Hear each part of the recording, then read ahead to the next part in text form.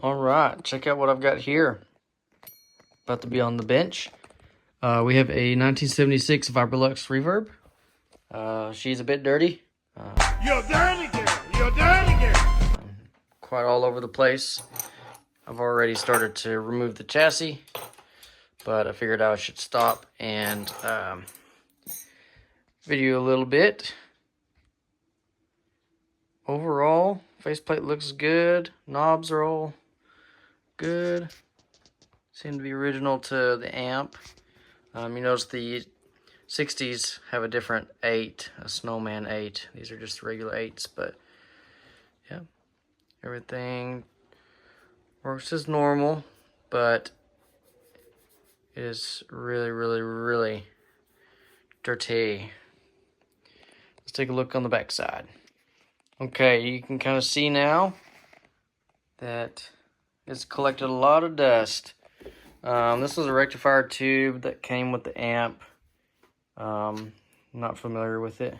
I'll take a look at it later.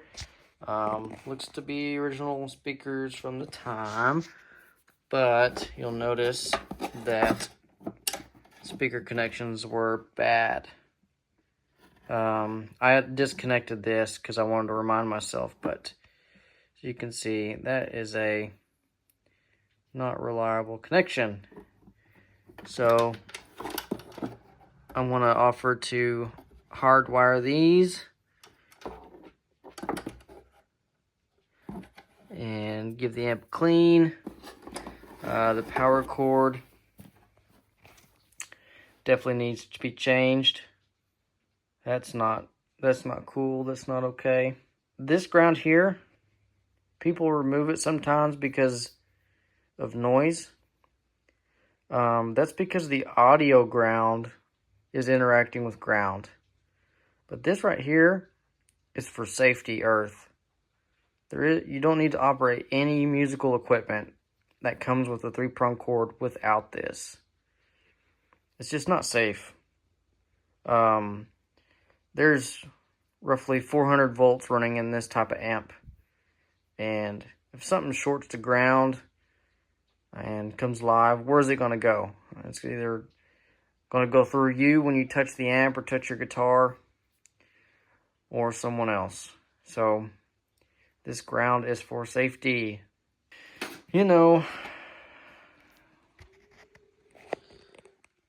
I've seen the inside of this amp before. Looks like it's had some work done to it, so let's pop it open. Okay, so this amp has had obviously some work done on it. People have replaced the coupling caps. Who knows, they could have been bad, they could have not. But these 70s boards, they're waxy and they collect dust particles, and that causes voltage to drift from here to say there, or here to there, vice versa. And people replace the caps instead of cleaning the board. A couple orange drops. We still got some of the Mallory caps, and it just looks like somebody's meat hands.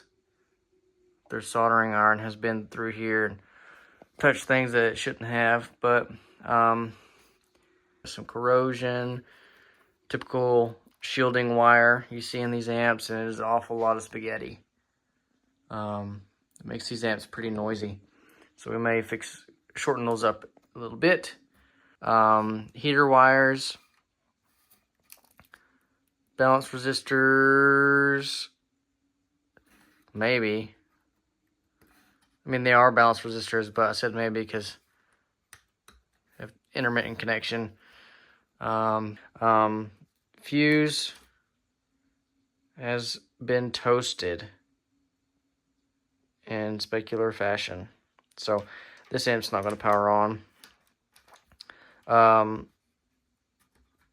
So no power tubes came with this amp. Should be 2 6L6s, but looks like we've got snubber caps on the outputs. We've got 470K screen grid resistors, but these are old carbon comps. They could have drifted. Might as well replace them anyways. Did you see what I was talking about? These 470 ohm resistors here, there, needs to be replaced. Tremolo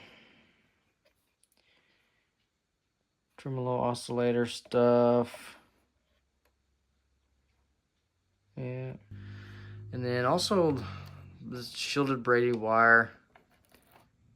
Doesn't look like it was implemented well in the first place.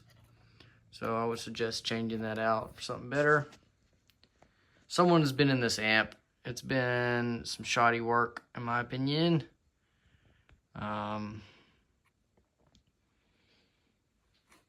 Yeah, needs more inspection, measuring components, etc. But before you even turning this thing on, gotta replace the power cord.